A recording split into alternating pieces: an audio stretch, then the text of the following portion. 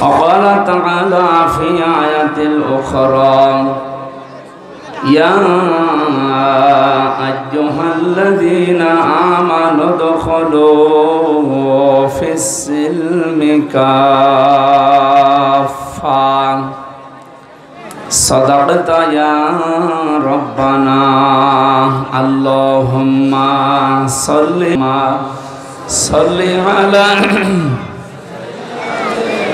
مولانا محمد ওয়ালালি সাইয়্যিদিনা মাওলানা। পর্দার আড়ালের সম্মানিতা মা এবং বোনেরা, প্রশাসনের ভাইরা, প্রাণপ্রিয় কুষ্টিয়াবাসী, আল্লাহর দরবারে শুকরিয়া জানাচ্ছি যিনি একটা জগদ্দল পাথর আমাদের বুকের উপর থেকে নামিয়ে দিয়েছেন।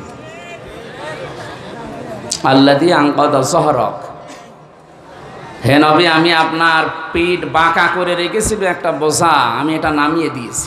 এটা ১৫০০ বছর আগের কথা। কত বছর? তখন আইএমএ জাহিলিয়াত চলছিল।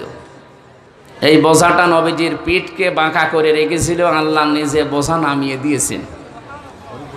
১৫০০ বছর পর ২০২৪ সালের ৫ই আগস্টে আল্লাহ আমাদের ওপর থেকে আমি জাহিলিয়াতের একটা পাথর নামিয়ে দিয়েছে। শব্দ দুইটা শুনতে মনে হচ্ছে কাছাকাছি, আই এম এ জাহিলিয়াত আর আমি জাহিলিয়াত, শব্দ দুটো কাছাকাছি না? তাদের কাজও প্রায় একই রকম ছিল। এই জন্য আমরা যে পাথর থেকে মুক্তি পেলাম, এখন যে মন খুলে অন্তত কথা বলতে পারছি, জবান করে বলছি আলহামদুলিল্লাহ। আমি কোরআনে কারিমের সূরা নমলের ৫০ নম্বর আয়াতের সাথে বাংলাদেশটা মিলিয়ে দেখলাম, এই ১৫.৫ বছর পুরাটা মিলে গেছে। আপনি একটু মিলান দেখেন, কেমন আনন্দ লাগবে আপনার কাছে। কারো জন্যে কেউ অচল না, কারো জন্যে পৃথিবী থেমে থাকে না, এটা প্রমাণ হয়ে গেছে। যারা মনে করতো না আমরা ছাড়া মনে হয় আর চলবে না, তারা নেই। চলছে না কুষ্টিয়া, এ দেশ চলছে না। আমি যে আয়াতগুলো মিলানোর জন্য বলছিলাম, আসার সময় আমিও দেখছিলাম, আল্লাহ রাব্বুল আলামিন বলেন আকাদ মাকারু মাকারহুম ওয়া ইনদাল্লাহি মাকরুহুম ওয়া ইন কানা মাকরুহুম লিতাজুলা মিনহুল জিবাল। সূরা ইব্রাহিমের ভেতরে আল্লাহ জানিয়েছেন, হে নবী, অবশ্যই তারা কিন্তু ষড়যন্ত্র করেছিল। তার ষড়যন্ত্রের মাত্রাটা এমন জায়গায় পৌঁছিয়েছে, পাহাড় পর্যন্ত মনে হচ্ছিল জায়গা ছেড়ে দেবে। এটা ১৫০০ বছর আগে করেছিল। আমার মনে হচ্ছে এই ১৫০০ বছর পরে এটা এখনো থেমে নেই। বিশেষ করে ফেসবুকের মাধ্যমে যারা পালিয়ে গেছে, যারা লুকিয়ে আছে, এরা এখনো পর্যন্ত ষড়যন্ত্র চালাচ্ছে, বিশেষ করে উস্কানি দিচ্ছে। কালকে আমি ছিলাম মৌলভীবাজার, কুষ্টিয়ার কৃতি সন্তান, ওখানকার জেলার এসপি জনাব জাহাঙ্গীর হোসেন। আমি যেখানে আজকে মাগরিবের পরে আলোচনা করছিলাম, ওর পাশের গ্রামে, এই সাউদিয়া মাছপড়ায় বাড়ি। উনি আমাকে জানালেন যে এই ফেসবুকের মাধ্যমে যে গুজবগুলো চলছে, জনগণকে সতর্ক করবেন, এই গুজবে যেন কেউ কান না দেয়।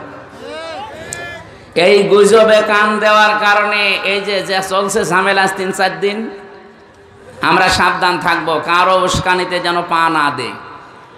বিশেষ করে যারা পালিয়েছে, এদের উস্কানিতে তো পা দেওয়াই যাবে না। কথা বুঝতেছেন?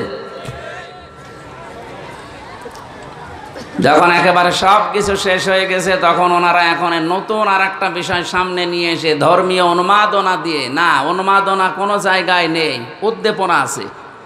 ধর্মীয় বলেন, জেনারেল বলেন, উন্মাদনা আমাদের কোনো ধর্মে নেই। উন্মাদনা নেই, আছে উদ্দীপনা। কি আছে? ইসকনের মাধ্যমে যেটা চালাতে চাচ্ছে ধর্মীয় বিষয়ের নাম দিয়ে, এটা উদ্দীপনা নয়, এটা উন্মাদনা। ইসলাম ধর্মে তো উন্মাদনা নেই, হারাম। এটা কিসের উন্মাদনা আপনার? লা ইকরাহা ফিদ্দীন। ইসলামের ভেতরে বাড়াবাড়ি নেই, জবরদস্তিও নেই।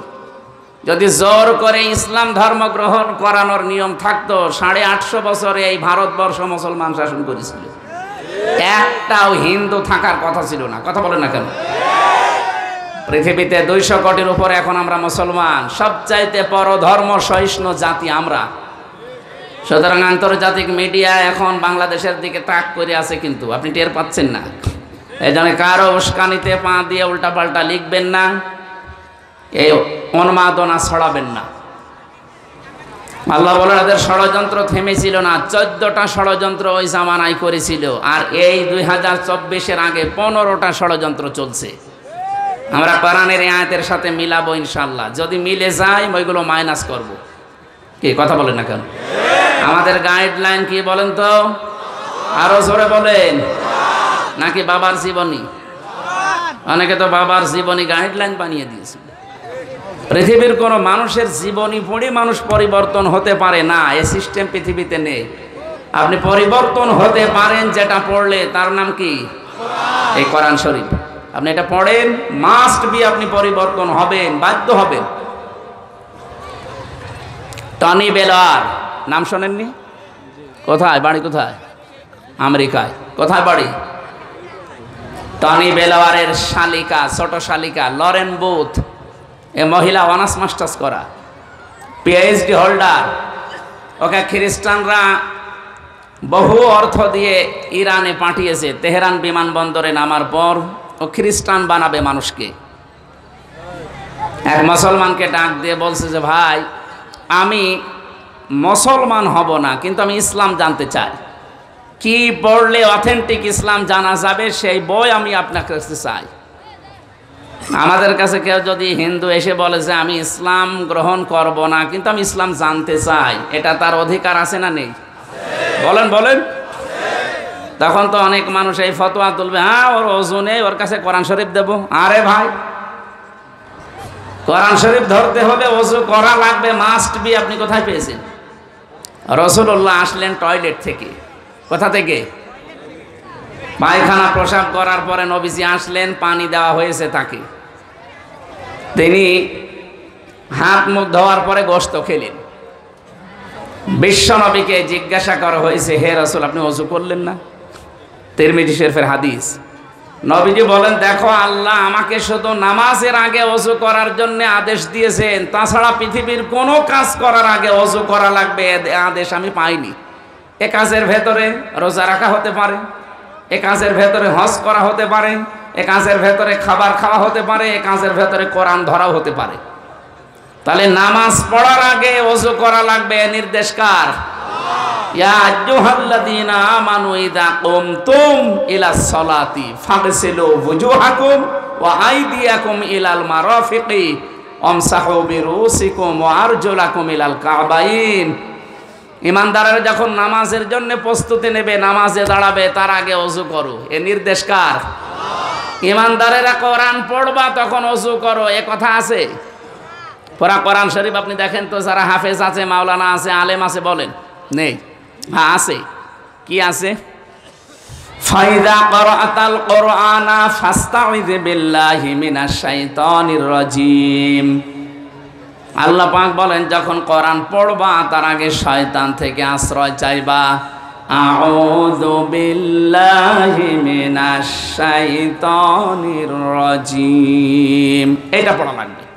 আর এটা পড়া সুন্নাত, নফল, মুস্তাহাব না, এটা পড়া ওয়াজিব। কি বলেন তো? না পড়লে আপনার গুনাহ হবে। কেন? পৃথিবীর এমন কোন ইবাদত নেই যে ইবাদতের আগে আউযু বিল্লাহ না পড়লে ইবাদত হয় না, নেই। আপনি নামাজের আগে আউযু বিল্লাহ পড়েননি, আপনার নামাজ হবে না, কেউ ফতোয়া দিতে পারবে? পারবে না।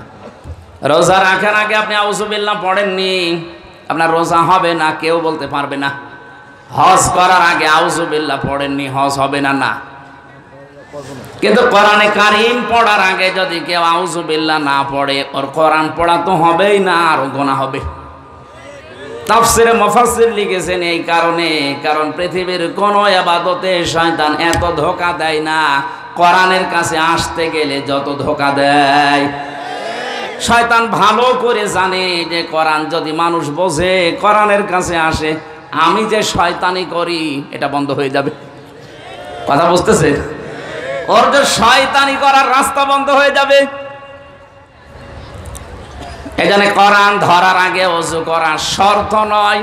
হ্যাঁ, কেউ যদি আরবি টু আরবি কোরআন যেটা এইটা ভরতে গেলে ফরজ গোসল হলে আপনার কাছে যাবেন না, কিন্তু এমনি স্বাভাবিক ওযু নেই আপনি কোরআন ধরতে পারবেন না, না এটা মাসলা নয়, আপনি ধরবেন। এর কাছে মুসলমান কোরআন শরীফ তুলে দেয়নি, সিয়াসিত্তা হাদিস সহ তাফসির দিয়েছে। 3 বছর এই মহিলা পড়া কোরআন শরীফ তন্ন তন্ন করেছে। আমাদের মতো আনাকুম সানাকুম পড়েনি, একেবারে পড়ার মতো পড়িস, কারণ হচ্ছে শিক্ষিত মহিলা। 3 বছর পরে মুসলমান হয়ে গেছে। সাংবাদিকরা জিজ্ঞাসা করছে আপনি কি করলেন? পৃথিবীতে সবচাইতে বেশি মানুষ বাস করে খ্রিস্টান ধর্মে, এরপরে মুসলমান, আপনি সেই বড় ধর্ম বাদ দিয়ে মুসলমানদের এই ধর্ম গ্রহণ করলেন কেন? লরেন বুথ বলেছে, দেখো আমি চ্যালেঞ্জ করেছিলাম মুসলমানদের কোরআনে নাকি ভুল নেই, এই জন্য আমি নিজে একেবারে জানার মতো পড়েছি 3 বছর। 3টা বছরে আমি প্রায় 53 জায়গায় লাল দাগ দিয়েছিলাম। মনে করলাম ভুল ধরা পড়েছে, কিন্তু আল্লাহর ইশারা যেখানেই ভুল ধরে দেখি তার পরের আয়াতে ওর জবাব আল্লাহ আগেই দিয়ে দিয়েছে। শেষে আমার জীবনের ভুল ধরা পড়ে গেছে। আমি আর নিজের বাপ দাদার ধর্মে থাকলাম না, আমি নতুন ধর্ম ইসলামে আসলাম। আমি তামাম দুনিয়ায় ঘোষণা দিয়ে দিলাম পৃথিবীর 4,500 ধর্ম আছে, এর ভেতরে অথেন্টিক ধর্মীয় গ্রন্থ এই কোরআনে কারীম। কয়েকদিন আগে আমি যশোরের একজন হিন্দু শিক্ষক, অধ্যাপক, বিসিএস ক্যাডার, ওনারে বলেছিলাম, স্যার আপনাকে আমি জোর করি না, কোরআন শরীফ শুধু খালি পড়েন, ইসলাম মানা লাগবে না আপনার, আপনি ধর্মীয় নিজের ধর্ম বাদ দিয়ে ইসলাম গ্রহণ করবেন এটাও দরকার নেই, শুধু 3টা মাস সময় দিলাম আমাদের এই ধর্মীয় গ্রন্থ কোরআনটা বুঝে পড়েন। 3 মাস পড়ার পরে দেখি লোকটা মুসলমান হয়ে গেছে। এই জন্য আমাদের উচিত হচ্ছে কোরআনের কাছে আসা। আজকের এই তাফসির মাহফিল এই জন্যেই আয়োজন করেছে এবং এই মাদ্রাসাটার প্রতিষ্ঠাও এই কারণেই। কোরআনে কারীম যত ছড়িয়ে যাবে, যত প্রচার হবে এ দেশ থেকে, তত শিরিক বেদাত আর উল্টাপাল্টা কাজ দূর হবে ইনশাআল্লাহ। আমাদের জন্য একটু আফসোস, বিশেষ করে আমার জন্য, সারা দেশে যাওয়া লাগে তো, সারা বাংলাদেশে একটা জায়গা কুষ্টিয়া জেলা যেখানে পুলিশ পাহারা দিয়ে গাঁজা খাওয়ায়। কি একটা জেলা গো! আর একটা জায়গা আছে বগুড়ার মহেস্তানগড়, ওখানে গাঁজা খেলেও চুরি করে খায়, আর আমাদের এখানে পুলিশ বলে খা। এটার জন্য বিভিন্ন জেলায় জবাব দেওয়া লাগে। কুষ্টিয়া থেকে রংপুরে এসেছো ওয়াজ করার জন্য, আর তোমার জেলায় কি বলবো? সারা দেশ করিয়ে আপনি যেই কয় মন গাঁজা না পাবেন, তার চাইতে বেশি পাওয়া যায় আল্লাহর ওলির এই মাজারে। না, এটা ঠিক না। আমার মনে হয় যে মাজার ভাঙা চলছিল, এটা যে কেন ভাঙলো না, এই শিরিকের আঁকড়াটা ওই সময় তুলে দেওয়ার দরকার ছিল। এটা নিয়ে অনেকেই ব্যবসা করে খাচ্ছে, আমি জানি এ কথা বললে তাদের গায়ে লাগবে। এ কথা বলে না কেন? আমি আর বলতে চাই না, বিবেক যদি থাকে কাজে লাগাবেন। কি বলছিলাম বলেন তো? কোরআনে কারীম শোনার জন্য আমরা যারা এসেছি, এখান থেকে আল্লাহ রাব্বুল আলামিন এই যে মাকারু শব্দের ব্যাখ্যাটা করার জন্য আমি এই পর্যন্ত আসলাম। একটু ভালো করে মিলাবেন। সূরা নমল 19 নম্বর পারা 20 নম্বর পৃষ্ঠার 5 নম্বর লাইনের 50 নম্বর আয়াত, এটা তাফসিরে হাক্কানিতে পাবেন। আল্লাহ পাক বলেন, অমাকারু মাকারাও অমাকারনা মাকারাও ওয়াহুম লা ইয়াশউরুন। হে নবী, ওই মানুষগুলো কিন্তু মকর করেছিল, ষড়যন্ত্র করেছিল, আর আমি আল্লাহও ষড়যন্ত্র না, আমি আল্লাহ কৌশল করেছিলাম। এখানে শিক্ষা দেখেন, শব্দ কিন্তু এক, ব্যবহার করার ক্ষেত্রে কাফেরদের বেলায় ষড়যন্ত্র আর আল্লাহর বেলায় ষড়যন্ত্র নয়, এটা কৌশল। এই জন্য পৃথিবীতে দিন প্রতিষ্ঠার জন্য যা ব্যবহার করা হয় ওইটার নাম জিহাদ, আর দিনের বিরুদ্ধে যদি ওইটাই ব্যবহার করেন ওইটার নাম সন্ত্রাস। এই কথা বলছেন? সারা দুনিয়া যেহেতু মিডিয়া আমাদের হাতে নেই, ওরা আজ এই শব্দটাকে পুরা উল্টিয়ে ওদের কাজগুলো নাকি ভালো কাজ আর আমাদের কাজগুলো সন্ত্রাস। অথচ দুনিয়ায় সন্ত্রাস দূর করার জন্য জিহাদ লাগবে। এটা লূত নবী আলাইহিস সালামের জামানার কাহিনী আল্লাহ আমাদেরকে শোনাচ্ছেন কেন? এই যে বললাম না 15টা বিষয় এই 15.5 বছর ওরা অলরেডি কায়েম করে ফেলেছিল, তার ভেতরে এইটা একটা। লূত নবীর জামানায় আল্লাহর একটা নিষিদ্ধ কাজ ওরা চালু করেছিল, সেটা সমকামিতা। কি কথা বুঝতেছেন? এ দেশে অনেকে এখন এই বীজ বপন করতে চাচ্ছে। হাজার হাজার বছর আগে লূত নবীর ওই জামানায় যারা এই কাজ করেছিল, পুরুষে পুরুষে বিয়ে করা, মেয়েতে মেয়েতে বিয়ে করা, আল্লাহ রাব্বুল আলামিন এত রাগ করেছিলেন তাদেরকে আল্লাহ গজব দিয়ে ডেড সি বানিয়ে দিয়েছেন, মৃত সাগর। বাইরের দেশে যারা যায়, আমি নিজে দেখেছি জর্ডানে, মৃত সাগর বানিয়ে দিয়েছে আল্লাহ। দুর্বিসন্ধির মাধ্যমে বাংলাদেশকে অনেকে চাচ্ছে এটা যেন আল্লাহর গজবের রাষ্ট্র হয়ে যায়। এদেশে একজন মুসলমান থাকতে সমকামিতা রাষ্ট্রীয়ভাবে কায়েম হতে আমরা দেব না ইনশাআল্লাহ। ষড়যন্ত্রের এই জায়গায় আল্লাহ বলেন মাকার না, আমি নিজেও একটা কৌশল করলাম, অহুম লা ইয়াশউরুন, কিন্তু তারা টের পায়নি। তাদের শিক্ষা ব্যবস্থায় ষড়যন্ত্র ছিল, তাদের আদালতে বিচার ব্যবস্থায় ষড়যন্ত্র ছিল, তাদের চিকিৎসা ব্যবস্থায় ষড়যন্ত্র ছিল। ভালো ভালো ডাক্তার কিছু হলেই বাইরে পাঠিয়ে দিতেন, আর আমাদের যত রোগের একেবারে জ্বর থেকে শুরু করে যত রোগ সব যাওয়া লাগবে দাদাদের দেশে। কেন তৈরি করা যায় না এখানে? এই যে 15টা ষড়যন্ত্রের কথা বলছিলাম, 1500 বছর আগে নবীজির জামানায় ষড়যন্ত্র ছিল কয়টা বললাম? 14টা। কয়টা? পড়াশোনা করে বলছি, আমাদের দেশে 15.5 বছরে 15টা অলরেডি আরম্ভ হয়ে গিয়েছিল। আল্লাহ বলেন আমি নিজে তাদের এই ষড়যন্ত্রের মোকাবেলা একটা কৌশল করেছি, কিন্তু তারা টের পায়নি। ফানজুর কাইফা কানা আকিবাতু মাকরিহিম, হে নবী একটু নজর করে দেখেন না কেন?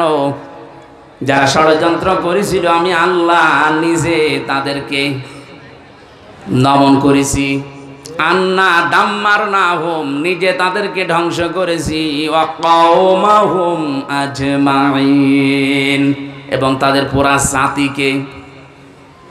আমি আয়াত পর্যন্ত পড়তাম না, এরপরে এর আয়াতটা বাংলাদেশের 2024 সালের 5 আগস্টের সাথে মিলে যাচ্ছে, এই জন্য পড়লাম।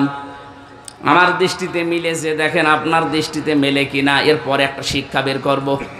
ফাতিলকা বুয়ুতুহুম খাওফিয়াতাম বিমা যালামু, এই ভালো করে এখানে আরবি গ্রামার যারা বসে বালাগাত মানতেক পড়েছেন কিনা? ফাতিলকা, তিলকার আগে ফা আছে, ফা অর্থ শব্দটা 19টা অর্থে আসে। আল্লাহ যেন নিজের এই আঙ্গুল দিয়ে কুষ্টিয়াবাসীকে সহ বিশ্বের বাংলাদেশের এই 64 জেলার মানুষকে দেখাচ্ছে ফাতিলকা, এই সেই, বুয়ুতুহুম তাদের ঘর। আল্লাহ বলেন এই সেই তাদের ঘর। কি তাদের ঘর? কি বাইতুন দেয়নি আল্লাহ, 1 বছর বয়ুত দিয়েছেন। আল্লাহ বলেন এই সেই ঘরগুলো একটু তাকান। খাওফিয়াতান, আমি জনশূন্য করে দিয়েছি। খাওফিয়াতান, জনশূন্য করে দিয়েছি। বিমা যালামু, তাদের জুলুমের কারণে।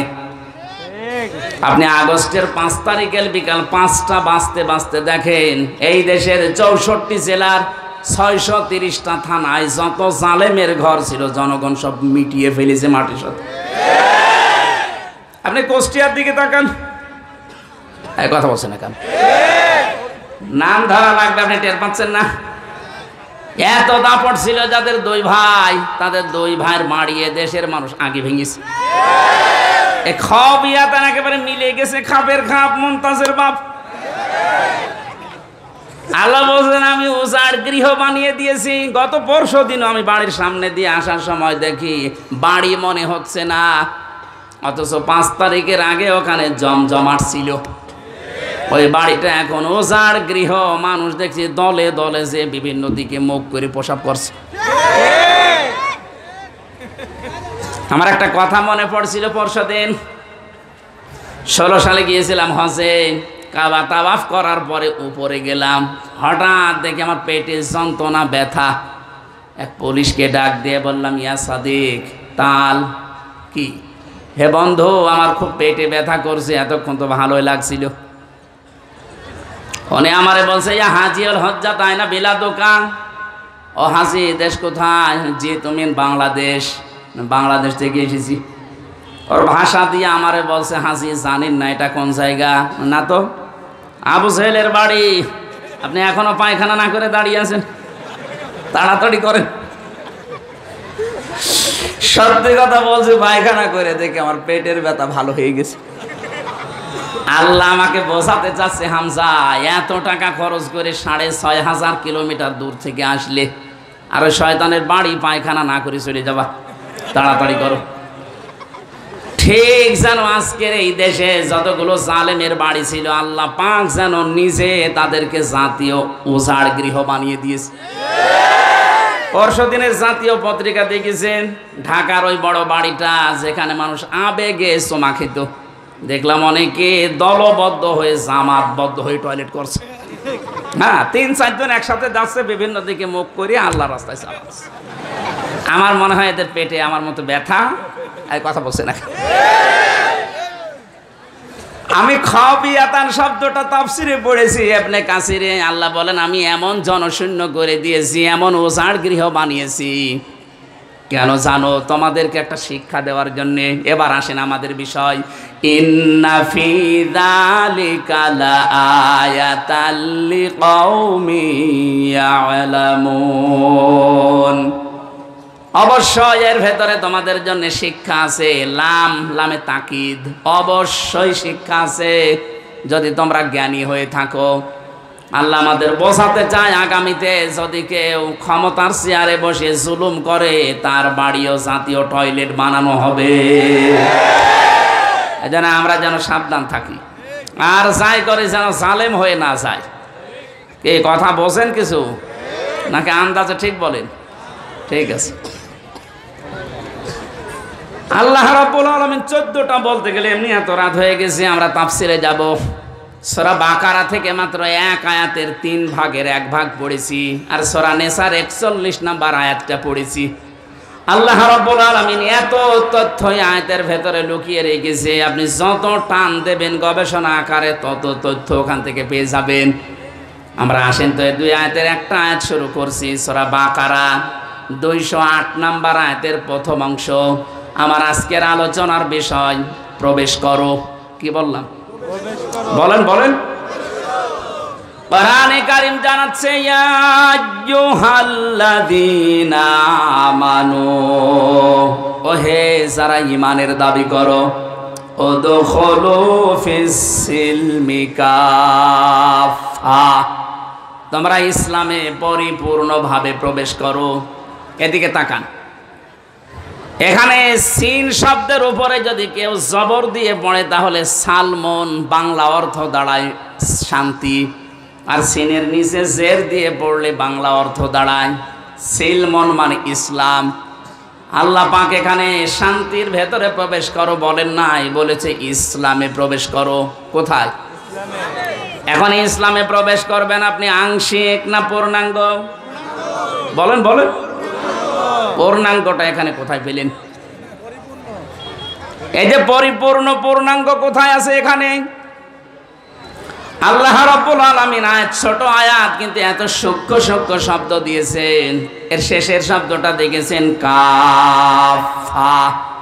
ইসলামে আংশিক প্রবেশ করলে হবে না, পরিপূর্ণভাবে প্রবেশ করা লাগবে। এখন আমার প্রশ্ন, আমি যে ইসলামে পরিপূর্ণ প্রবেশ করেছি আল্লাহর এই কথা মতো, এটা আমি টের পাবো কি করে? নাকি কথা বলে না কেন? আমি যে ইসলামে পরিপূর্ণ প্রবেশ করলাম এটা আমি টের পাবো কি করে? আপনি যদি 5টা বিষয় দুনিয়ায় দেখতে চান, যে আপনার ভেতরে 5টা বিষয় আলামত চিহ্ন এগুলো পাওয়া যাচ্ছে, সিমটম, তাহলে বুঝবেন আমি এই আয়াতটা দুনিয়ায় মেনে চলছি। পুরা ইসলামের ভেতরে আমি পরিপূর্ণভাবে প্রবেশ করে ফেলেছি। এখন নিজের সাথে মিলাবেন। 1 নম্বরে আমি ইসলামে প্রবেশ করার প্রথম আলামত সিমটম হচ্ছে আত্মসমর্পণকারী হওয়া লাগবে। কি হওয়া লাগবে? খুব সূক্ষ্ম শব্দ এখানে আছে, কিন্তু ভালো করে শুনবেন। আত্মসমর্পণকারী হবেন 1 নম্বরে। 2 নম্বরে আপনার ইখলাস আসবে ভেতরে। 3 নম্বরে বিশুদ্ধ আকীদা তৈরি হবে আপনার। 4 নম্বরে চরিত্র হবে উন্নত। 5 নম্বরে লেনদেন হবে আপনার স্বচ্ছ। এই 5টা বিষয় যখন আপনার প্র্যাকটিক্যাল লাইফে পাওয়া যাবে, তখন বুঝবেন আপনি পরিপূর্ণ ইসলামে প্রবেশ করেছেন। এবার প্রথমটা ব্যাখ্যা আসেন তো। আত্মসমর্পণ এই শব্দ দিয়ে আমরা কি বুঝলাম? যে মাথা নত করা লাগবে। কথা বলেন না কেন? এটা করে দেখিয়েছেন আমাদের জাতির পিতা হযরত ইব্রাহিম আলাইহিস সালাম।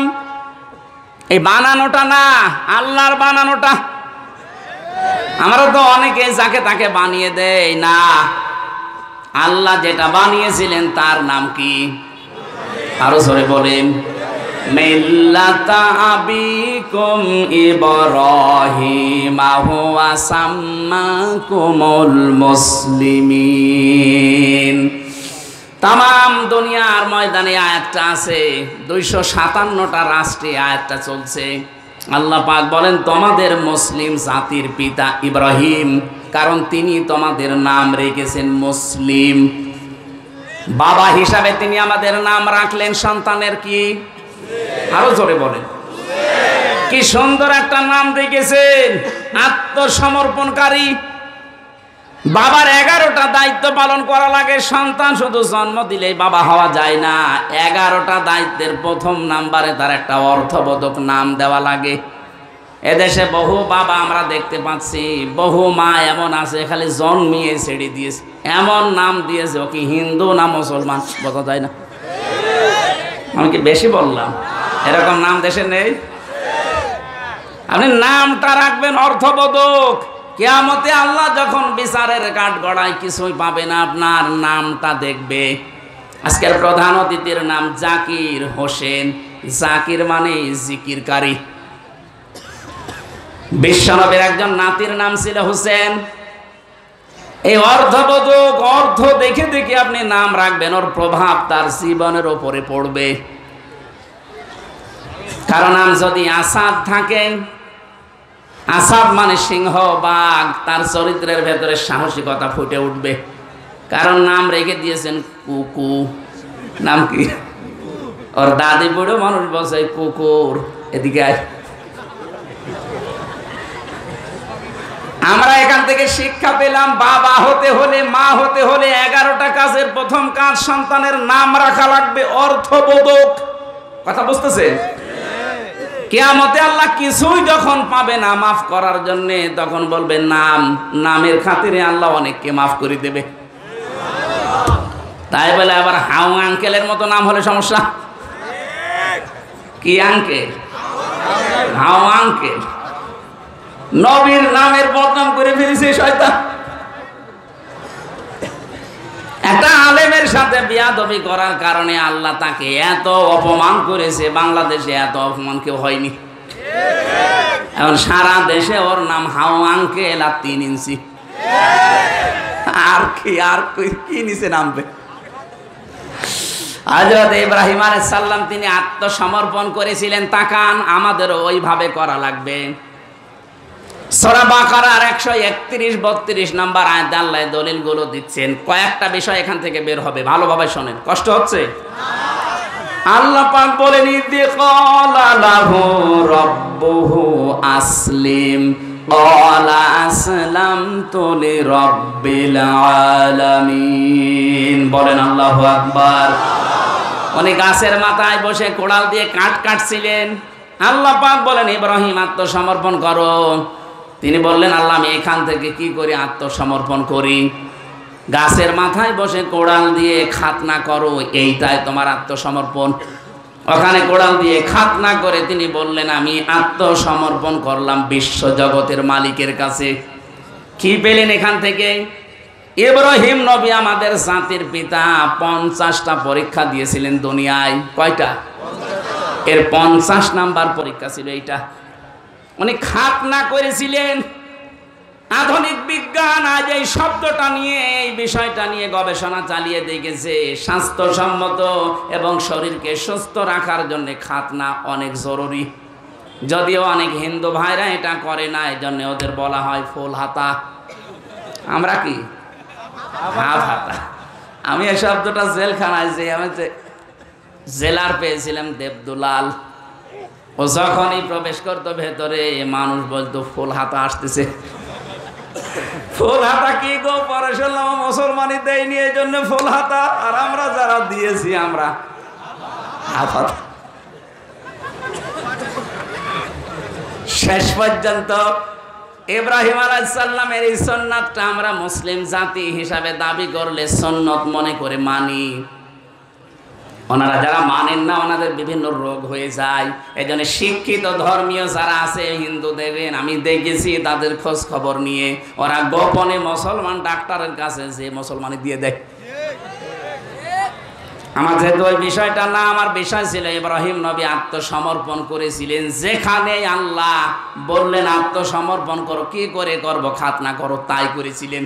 তার মানে আপনি ইসলামে প্রবেশ করেছেন, এটার আলামত আল্লাহ যা বলে আপনি তাই। আপনার মন মতো আর কিছু করতে পারবেন না। যদি করেন তাহলে ইসলামে এখনো পরিপূর্ণ প্রবেশ। বলেন বলেন। হযরত ইব্রাহিম এবং সন্তানদেরকে ডাক দিলেন, আওয়াসা বিহা ইব্রাহিম বানিহি ওয়া ইয়াকুব ইয়া বানিয়া ইন্নাল্লাহা আসতাফা লাকুমুদ-দীন ফালা তামুতুন্না ইল্লা ওয়া আনতুম মুসলিমুন। রব্বুল আলামিন বলেন, হযরত ইব্রাহিম তোমাদের জাতির পিতা এবং ইয়াকুব কি করেছিল জানো? আত্মসমর্পণ কি করে করা লাগে দেখো। তাদের সন্তানদেরকে ইন্তেকালের আগে ডাক দিয়ে বললেন, কলিজার টুকরা সন্তানেরা, অবশ্যই আল্লাহ, ভালো করে শুনবেন, অবশ্যই আল্লাহ তোমাদের জন্য নির্বাচিত করেছেন, চয়ন করেছেন, ভালোবেসেছেন, পছন্দ করেছেন, চুজ করেছেন একটা দিনকে। কাকে? আরো জোরে বলেন, আরো জোরে। দিন মানে রাতের পরে যেটা আসবে। বলেন। 4500 দিন আছে এই দুনিয়ায়। এখন জাতিসংঘের আন্ডারে এখন 195টা দেশ আছে। বাকি দেশগুলো স্বাধীন পরাধীন মিলে এই জন্য জাতিসংঘের আন্ডারে আসে নাই। কিন্তু পৃথিবীর মানচিত্রে রাষ্ট্রের সংখ্যা 257টা। 4500 দিন ধর্ম চলছে তামাম দুনিয়ায়। আল্লাহ পাক বলেন দিন কি জানো? ইন্নাদ-দীনা ইনদাল্লাহিল ইসলাম। বলেন আল্লাহু আকবার। সূরা আলে ইমরানের 19 নম্বর আয়াতে আল্লাহ দলিল দিয়েছেন, আমার কাছে দিন বলতে একটাই, তার নাম ইসলাম। তার নাম কি? আমাইয়াবতাগি গায়রাল ইসলামি দীনান ফালা ইউকবালা মিন। ইসলাম বাদ দিয়ে পৃথিবীর কোন দিন দিয়ে 4500 দিন আছে, যে কোন দিন দিয়ে কেউ যদি আল্লাহকে পেতে চায়, ফালা ইউকবালা মিন, ওর জীবনের কোনো কিছু আল্লাহ কবুল করছে না, করবে না। বাংলার মুসলমানের এখান থেকে রেকর্ড হচ্ছে, কালকে সারা দুনিয়া ছড়াবে বিভিন্ন ভাষায়। আমার সামনে এখন মাত্র 20,000 মানুষ না, আমার সামনে এখন 800 কোটির উপরে মানুষ। সবাইকে উদ্দেশ্য করে বলছি, যে ভাষায় শোনেন শোনেন। 4500 ধর্মের কোন ধর্ম দিয়ে তার মালিক পর্যন্ত যাওয়া যাবে না। যদি স্রষ্টা পর্যন্ত যেতে হয় ইসলাম নামক দিন লাগবে। আমাদের সৌভাগ্য এই, আমরা কিচ্ছু না পাই, অন্তত দিন হিসাবে ইসলাম পেয়েছি। বলেন। একেবারে শুরু থেকে শেষ পর্যন্ত দিন মানা লাগবে ইসলামকে। এবার আসেন তো, একটা পরিবার থেকে শুরু হয়। একটা মানুষ বিয়ে শাদী দিয়েই তো পরিবার গঠন করে। আপনি ভালো করে সূক্ষ্মভাবে বুঝবেন, পরিবার থেকে যখন দিন শুরু হচ্ছে, দিন মানে, আরো জোরে বলেন, পরিবারে ইসলাম নেই।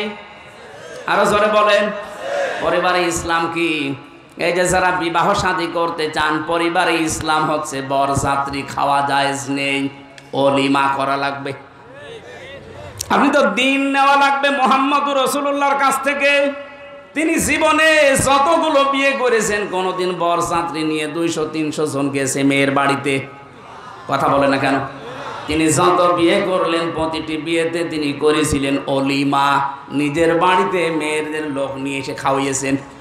কিন্তু বাংলাদেশ সহ বিশ্বের বহু জায়গায় আমি দেখতে পাচ্ছি এই দিনটা আজ পরিবারে নেই। কথা বলে না কেন? কুষ্টিয়াতেও নেই। এখানে বহু মা বাবা বসে আছে, ওরা ছেলে বিয়ে দেওয়ার সময় মেয়ের বাড়িতে আরো 200-300 জন নিয়েছে, মরণের খাওয়া খাচ্ছে। আর এই যে বরযাত্রী, 1 নম্বর বরযাত্রী। এই সিস্টেম বন্ধ করা লাগবে, যেহেতু ইসলামে নেই। আপনি অলিমা করবেন যতটুকু সামর্থ্য আছে বাপ দাদা, আর আপনার নিজের মেয়ের বাড়িতে থেকে আরো দরকার হয় 100-150 মানুষ নিয়ে আনবেন। নিজের বাবার বাড়ি থেকে 100-150-200-400 মানুষ আপনি নিজের বাড়িতে অলিমা করে খাওয়াবেন। এটা দিন। এই দিন এখন থেকে চালু করা যায় না। আজকে থেকে সিদ্ধান্ত নেওয়া লাগবে, জীবনে আর বরযাত্রী যাব না, অলিমায় যাব না। আপনারা রাজি হচ্ছেন আমি জানি, অনেকে লস হয়ে যাবে। আমি বারবার বলছি, কারণ আমার 3টা মেয়ে, আমার তো ঝামেলায় পড়া লাগবে। আরে ভাই, ইসলাম তো বলা যাবে নাকি? আমারটাও একটু সমস্যা হয়েছিল বিয়ের সময়। আসলে আমরা তো গ্রাম্য মানুষ, ওই সময় তো বুঝতাম না। আমি তাও 7-8 জন নিয়ে গেছি মাত্র, খুব বেশি কষ্ট আমার শ্বশুরের হয়নি। কিন্তু আমার 3টা মেয়ে, এখন যদি অলিমার এই ফতোয়া না দিয়ে আবার এই বরযাত্রী চালায়, আমার কত ক্ষতি হয়ে যাবে না? আমার বাঁচার জন্য হলো না, এই মাসলাটা বললাম। যাদের দিন মানার ইচ্ছা আছে, ইসলাম হিসাবে পারিবারিক জীবন থেকে মানা লাগবে। কথা বলেন না কেন? আজকে থেকে যারা বললেন যে না আর বরযাত্রী যাব না, সত্যি মানতে পারবেন তো? এটা রেকর্ড হয়ে এই যে কালকে ছড়াবে। যদি মানতে না পারেন, আবার বরযাত্রী 2-3টি রাত যাচ্ছেন, কুষ্টিয়ার বদনাম হয়ে যাবে। আমি আশা করছি এই সুন্নাতটা, এই দিনটা কুষ্টিয়া থেকে আরম্ভ হবে ইনশাআল্লাহ। আমরা এখন থেকে বরযাত্রীতে নেই, আসি কিসে? অলিমায়। বলেন বলেন, অলিমা হয় মেয়ের বাড়িতে না ছেলের বাড়িতে? এবার দেখেন আপনার ইমান কি বলে। মেয়েরা যারা এসেছেন দিন হিসাবে আপনার পরিবারে, যখন বিয়ে করে আসবে স্বামীর বাড়িতে, কিভাবে দিন মানবেন? শুধু নামাজ পড়া, রোজা রাখার, কালো বোরকা পরাই দিন না। তিরমিজি শরীফ, আল্লাহর নবী বলেন, ইদা নাযারা ইলাইহা সাররাতুহু, স্বামী যখন বাইরে থেকে এসে তোমার দিকে তাকাবে, তখন অভ্যর্থনা জানাবে স্বামীকে, খুশি করার জন্য, আনন্দ দেওয়ার জন্য যা লাগে তুমি তাই করবে। দরকার হয় কাতু কুতু দেবে। কি কথা বলছেন এখন? স্ত্রী হিসাবে স্বামীকে কাতু কুতু দেওয়া জায়েজ নেই। আজ পারিবারিক জীবনে এই খুনসুটিটা নেই। এই জন্য হাজারো পরিবারে পুরুষ মানুষ বাইরে লাইন করে। আরো জোরে বলেন। এখানে বহু রোগী আছে, শুধু স্ত্রীর পক্ষ থেকে এই রেসপন্স পায় না, এতটুকু ভালোবাসা পাচ্ছে না, এজন্য পরকীয়া প্রেম চালিয়ে যাচ্ছে। জোরে বলেন সুবহানাল্লাহ। না, আমি উদ্বুদ্ধ করছি না, কিন্তু মেয়েদের এই উদাসীনতার কারণে আজ হাজারো পুরুষ মানুষ লাইন করছে। কথা বলেন না কেন? কারা কারা করছেন একটু হাত তোলেন তো। এই একজন না, এটা ঠিক আছে ভাই। মেয়েরা, আমি আশা করছি হাসির ছলে বললেও আপনারা এটা মানবেন। পরিবারে আজ হাজারো পরিবারে এই এতটুকু বিষয়ের কারণে মানুষ লাইন পর্যন্ত করে ফেলছে। কথা বলে না কেন? 2 নম্বরে, ওয়াইদা গাবা আনহা হাফিজাতুহু, স্বামী যখন বাইরে যাবে মাস্ট বি আপনার শরীরকে, ইজ্জতকে, সম্ভ্রমকে, স্বামীর সন্তান আর স্বামীর সম্পদ হেফাজত করে রাখবেন। কিন্তু 100 জনের 80টা মহিলা যেটা পারছে না, ফেল হয়ে যাচ্ছে। স্বামী শুধু বাইরে যেতে দেরি, উনি মনে হচ্ছে দিন পেয়েছে। কথা বলে না কেন? কত জায়গায় লাইন করছে, কত জায়গায় কথা বলছে। আরে মেয়েরা মোবাইলে কথা বলবে কোন আওয়াজে, সে আওয়াজ পর্যন্ত আল্লাহ দিয়েছে কোরআনে। সূরা আহজাব 32 নম্বর আয়াত, 22 নম্বর পারা, 1 নম্বর পৃষ্ঠা 3 নম্বর লাইনে আছে। এটা তাফসিরে খাজিনে পাবেন। আল্লাহ পাক বলেন ইয়া নিসান নাবিয়্যি লাস্তুন্না কাহাদিম মিনান নিসা ইনিত্তাকাইতুন্না ফালা তাখদা'না বিল কওলি ফায়াতমা'আল্লাযী ফী কলবিহি মারাদু ওয়া কুলনা কাওলাম মা'রুফা। বলেন আল্লাহু আকবার। আল্লাহ পাক বলেন, হে নবীর স্ত্রীরা, যদি বাইরে কারো সাথে কথা বলো হিজাবের বাইরে থেকে, পর্দার আড়াল থেকে, এখন আর হিজাব পর্দা না, এখন হবে মোবাইল, ফোন, ফ্যাক্স। কথা বুঝতেছেন? যদি কেউ মোবাইলেও কথা বলো, যদি দেখো যে ওই 14 জন পুরুষ মানুষ বাদ দিয়ে অন্য কেউ, 14 জন পুরুষের ভেতরে তোমার বাবা, তোমার ভাই, তোমার বোনের ছেলে, ভাইয়ের ছেলে, এরকম 14 জন পুরুষ মানুষ বাদ দিয়ে যদি কেউ কল দেয়, কথা বলবা সঠিক কথা, মিথ্যা কথা বলা যাবে না। কিন্তু মোবাইল টাচ হয়ে গেছে মিথ্যা বলার জোম। থাকে কুষ্টিয়ার মজমপুরে বলছে আমি ঢাকায় আছি, কথা বলে না কেন? এটা মোবাইলেও যদি কথা বলে কেউ, কথা বলবা সঠিক, মিথ্যা বলবা না। কিন্তু ভাষা হবে রুক্ষ সূক্ষ্ম, রাগের আগে। যে কল দিয়েছে ওর মনের ভেতরে যদি দুর্বিসন্ধি থাকে, কোনো রোগ থাকে, ও রোগ ভালো হয়ে যাবে। কি সূক্ষ্ম বিষয় দিয়েছেন আল্লাহ। মোবাইলে কথা বললেও কথা কোন আওয়াজে হবে। এটা যদি কাবা শরীফের ইমামও কল দেয়, তাও আপনার ভাষা রুক্ষ সূক্ষ্ম হবে। কথা বলে না কেন? আর আপনাকে আপনার দেবরে কল দিয়েছে, মনে হচ্ছে কি পেয়েছেন আপনি। জাহান্নামে বেশি মানুষ যাবে দুইটা কারণে। এক নম্বরে যে মানুষগুলো নিজের আশপাশের যারা ভাবি আছে, ভাবি, এদের সাথে যারা উল্টাপাল্টা লাইন করে, চরিত্র ধ্বংস করে, এরা বিনা হিসাবে জাহান্নামে যাবে। আর বাংলাদেশে এখন এই রোগ দিন দিন বাড়তেছে। হরিপুরে নেই, আছে মানে আপনি এখনো খোঁজ খবর নেন, চলছে কাজ। আশা করছি আপনি আওয়াজ কানে গেলে এখনই ফিরে আসেন। ভাই বাড়িতে নেই, উনি বিদেশে আছে, আর এই আল্লাহর রাস্তার লাইন চালাচ্ছে। 3 নম্বরে মেয়েরা অতুইনু আলা দীনি জাওজাতিহা। তোমার স্বামী যদি মানবতার কোনো কাজে থাকে, মানবতার সেবায় থাকে, দিন প্রচারে থাকে, দিন প্রসারে থাকে, স্বামীকে সাহায্য করবা, স্বামীকে ছাড় দেবা, উদ্বুদ্ধ করবা। আমি জাকির সাহেবের কথা বলছি, যেহেতু সমাজসেবক, উনি বাইরে মানবতার সেবায় কাজ করছে, বাইরে মানবতার জন্য কাজ করছে, ইসলামের কাজ করে। ওনার স্ত্রী যদি নেককার হতে চায়, দিন মানতে চায়, ইসলামে প্রবেশ করতে চায়, স্বামীকে ছাড় দেওয়া লাগবে, সময় দেওয়া লাগবে, উদ্বুদ্ধ করা লাগবে। এটা নেককার মহিলার গুণ। আর যদি সবসময় ঘানর ঘানর করে, কি করো তুমি, আপনি নামাজ পড়ে রোজা রেখে কালো বোরকা পরে জাহান্নামে যাবেন। কারণ এটা 3 নাম্বার পয়েন্ট, অতুইনু আলা দীনি জাওজাতিহা।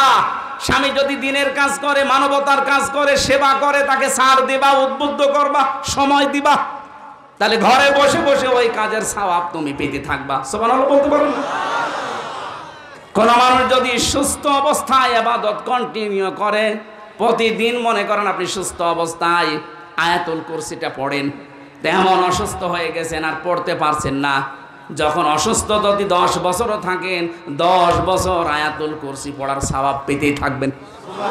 এজন্য সুস্থ যতদিন আছেন ইবাদত বন্দেগীতে থাকবেন। অসুস্থ হয়ে গেলে যেন ওটা জারি থাকে, বন্ধ হয়ে না যায়। জোরে বলেন সুবহানাল্লাহ। 4 নম্বরে স্বামী যেটা আদেশ করে ওটা যদি জায়েজ হয়, স্বামী যেটা আদেশ করে ওটা যদি জায়েজ হয়, তোমার জীবন থাকতে ওইটা মানা লাগবে। আরে আমি স্বামী, যত স্বামী এখানে বসে আছে প্রত্যেকটা স্বামীর পক্ষ নিয়ে বলছি, বাংলার প্রতিটা স্বামী চায় বিয়ের পরে আমার মা বাবা আমাদের সাথে থাকবে। কিন্তু 100 জনের 98টা বউ এটা চায় না। কথা বলেন। গত কয়েকদিন আগে আমি নীলফামারীর কিশোরগঞ্জ থানায় গিয়ে ওরা আমার নিয়ে গেল বৃদ্ধাশ্রমে। দেখে এইদিকে 30 জন, এইদিকে 30 জন বসে আছে মা আর বাবা। ওদের চোখের দিকে তাকিয়েই বুঝলাম প্রত্যেকটা মা বাবা সন্তানের জন্য বদদুয়া করছে। তাদের তো আমাদের মতো ছেলে আছে, মেয়ে আছে, এই ছেলেটা এই মেয়েটা আজ বাধ্য হচ্ছে মা বাবাকে বৃদ্ধাশ্রমে রেখে যেতে, বাইরে আলাদা করে দিতে, ভেন করে দিতে বাধ্য হয় ওর বর কারণে। আর ওর বউকে এবারে বারবার ফসলায় ওর বর মা আর ওর বড় বোন। এরকম শাশুড়ি আর ওই যে শেষ কার আছে হাত তোলেন তো। আপনার এদিকে ক্যামেরা চলছে, হাত মারার দরকার নেই, ভাত বন্ধ হয়ে যাবে না। উনি কত বড় ঝামেলায় থাকলে এই লজ্জা শরম ত্যাগ করে হাত তুলতে পারেন, টের পাচ্ছেন? কোথায় আছে আমরা? আর ওরা ইবাদত করে বলে। কিসের ইবাদত করেন আপনি? দিনের ভেতরে প্রবেশ করার 4টা নিয়ম বললাম। আমি তো নিজে স্বামী হয়ে সবার পক্ষ নিয়ে বললাম, সবাই বলছে হ্যাঁ। আমি হাসির খোরাকি দেইনি। যেই মেয়েরা চায় না যে শ্বশুর শাশুড়ি আমাদের সাথে থাক, ওর নামাজ রোজা ওই কালো পর্দা সব মাঠে মারা যাবে। আমি চাই আপনাদের বাঁচাতে। অনেক মহিলারা আমাকে শত্রু মনে করে, হ্যাঁ হুজুর শুধু আমাদের বাঁশ দেয় না। আপনাদের আমি বাঁশ দিতে আসিনি, আমি বাঁচাতে চাই। কোরআন হাদিসের চোখ লাগিয়ে দেখতে পাচ্ছি যে আপনি ছোটখাটো বিষয় মনে করে আপনি জাহান্নামে যাচ্ছেন। আপনি যেন জাহান্নামে না যান, দিন আত্মসমর্পণ করা লাগবে এই পারিবারিক জীবন থেকে। কথা বুঝতেছে? 2 নম্বরে আমাদের ইখলাস থাকা লাগবে প্রত্যেকটা কাজে। যা করব কার জন্যে? আরো জোরে বলেন। আমি যদি শাহিন সাহেবকে ভালোবাসি লোক দেখানোর জন্য না, আল্লাহর জন্য বাসা লাগবে। যদি ঘৃণাও করি তাও আল্লাহর জন্য করা লাগবে। এইটা আজ যদি বাংলাদেশে চালু হয়ে যেত, ইসলাম অনেক এগিয়ে যেত। আপনি এই কথার অর্থ বলেন, মান হাব্বা লিল্লাহ ওয়া আবগাদা লিল্লাহ ওয়া আতাআ লিল্লাহ ওয়া মানাআ লিল্লাহ ফাকাদ ইসতাকমালাল ঈমান। নবীজি বলেন, কাউকে ভালোবাসলে আল্লাহর জন্য বাসবা, কাউকে ঘৃণা করলে আল্লাহর জন্য করবা, কাউকে কিছু দান করলে আল্লাহর জন্য করবা, কাউকে দান করা থেকে বিরত থাকলে আল্লাহর জন্য করবা। তাহলে ফাকাদ ইসতাকমালাল ঈমান, তোমার ঈমান আল্লাহ পরিপূর্ণ করে দেবে। বলেন সুবহানাল্লাহ। ইখলাস লাগবে সব কাজে ভাই। যা করেন, একটা খোরমা দান করতে হলেও লোক দেখানো না, ইখলাস লাগবে কার? 3 নম্বরে আমাদের আকীদা শুদ্ধ করা লাগবে। আজ বাংলাদেশে একটা কথা ছড়ানো হচ্ছে, জামাতে ইসলামী বাংলাদেশের বিরুদ্ধে যে এদের আকীদা ঠিক নেই। এটা ডাহা মিথ্যা কথা। পড়াশোনা আপনার চাইতে আমি কম করিনি। আমি কওমি মাদ্রাসা, আলিয়া মাদ্রাসা, বিশ্ববিদ্যালয় সবগুলো শেষ করেছি। আকীদা কি বলেন আপনি? যে মজলুম একটা দলের উপরে আকীদার দোহাই দিয়ে এদের উপরে দোষারোপ করেন, একটা মিথ্যা তহমত লাগাচ্ছেন, কিয়ামতে আপনি আসামি হয়ে যাবেন। আকীদার বিষয়ে কারোর সাথে কোনো মত পার্থক্য নেই। হ্যাঁ, কিছু মাসলা মাসাইলে পার্থক্য থাকতে পারে, এটা ইমামদের ভেতরে ছিল। যারা মুজতাহিদ, যারা গবেষক, তারা যদি গবেষণা করতে গিয়ে কোনো বিষয় ভুলও করে তাও একটা সওয়াব পাবে, আর যদি ঠিক হয় ডবল সওয়াব পাবে। আপনি নিজে কোনো চিন্তা ভাবনা করেন না, ছাতা কেউ করতে গেলে তার পাশে লেগে থাকেন সব সময়। কথা বলে না কেন? এগুলো ছোট মনের পরিচয়। আর যাদের বলা হচ্ছে এদের আকীদা ঠিক নেই, কি আকীদা আপনার? একটু ফাঁসির দড়িটা গলার কাছে নিয়ে দেখেন তো কেমন আকীদা, দেখবো আপনার। 4 নাম্বার, আমাদের উন্নত চরিত্র তৈরি করা দরকার। আর এটা তৈরি করতে হলে মুহাম্মদ রাসূলুল্লাহর বিকল্প আর কেউ। 5 নাম্বারে লেনদেন স্বচ্ছ থাকতে হবে। আজ অনেক মানুষ আছে দেখতে মনে হয় ভালো মানুষ, কিন্তু কোন দোকানে যদি বাকি করে খায় জীবনে ওই দোকানের সামনে দিয়ে যেতে চায় না। একটা মানুষ কতটুকু স্বচ্ছ তার লেনদেন দেখে বুঝবেন আপনি। নবীজি বলেন, কাউকে দায়িত্ব দেওয়ার আগে আমি 8, 10 দিন, 15 দিন, 20 দিন, 1 মাস লক্ষ্য করতাম যে লোকটার লেনদেন কেমন। আজ যদি বাংলাদেশে যারা দায়িত্ব দেওয়া হয় রাষ্ট্রীয়ভাবে, যদি এইটা খেয়াল করে দেখতাম, এই দেশে দুর্নীতি চুরি বন্ধ হয়ে যেত। নৈতিকতার মানে চারিত্রিক উন্নতির, এই যে আকীদার কথা যাদের বলা হয়, ইসলামিক অর্থনীতি, যেটা অর্থনৈতিক বিষয়গুলো কেউ যদি ওলির দাবি করে, বাংলাদেশে ইসলাম প্রতিষ্ঠার কাজ যারা করে তার চরিত্র সবচাইতে উপরে আছে। ইসলামী অর্থনীতি যেটা টাকা পয়সার লেনদেন, এটা যদি এই দেশে একামতে দিন যারা কায়েম করতে চায় তাদের চাইতে উন্নত চরিত্র আজও কেউ যেতে পারেনি, আমার মনে হয় পারবেও না। আপনি কিসের আকীদা, আকীদার প্রশ্ন তুলে আন্দাজে মিথ্যা তাদের নামে তহমত দিন, এটা বন্ধ করবেন না, এই যে আসামি হয়ে যাবেন। প্রথম নাম্বারে গেল এই 5টা।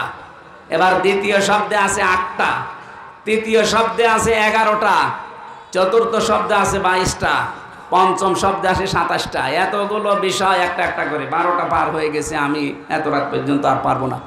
কালকে মাহফিল ডবল আছে, মাপ চাচ্ছি। আগামী থেকে আসলে একটা করে মাহফিল নিয়ে হাফিজ জোর করে ডেটটা নিয়েছে। আর যারা বসে আছে এরা ঘুমাবে, আমারও ঘুমানো লাগবে। ফজরের নামাজ তাহাজ্জুদ আছে, সকালে আবার যাওয়া লাগবে সেই ঝিনাইদা। আজকের মতো শেষ করে দিচ্ছি, আগামীতে আসলে কথা বলবো। আল্লাহুম্মা আমিন। লা ইলাহা ইল্লা আনতা সুবহানাকা ইন্নী কুনতু মিনাজ জালিমিন। এই মাথা নিচু করেন, মাথা নিচু করেন, চক্ষু বন্ধ করেন।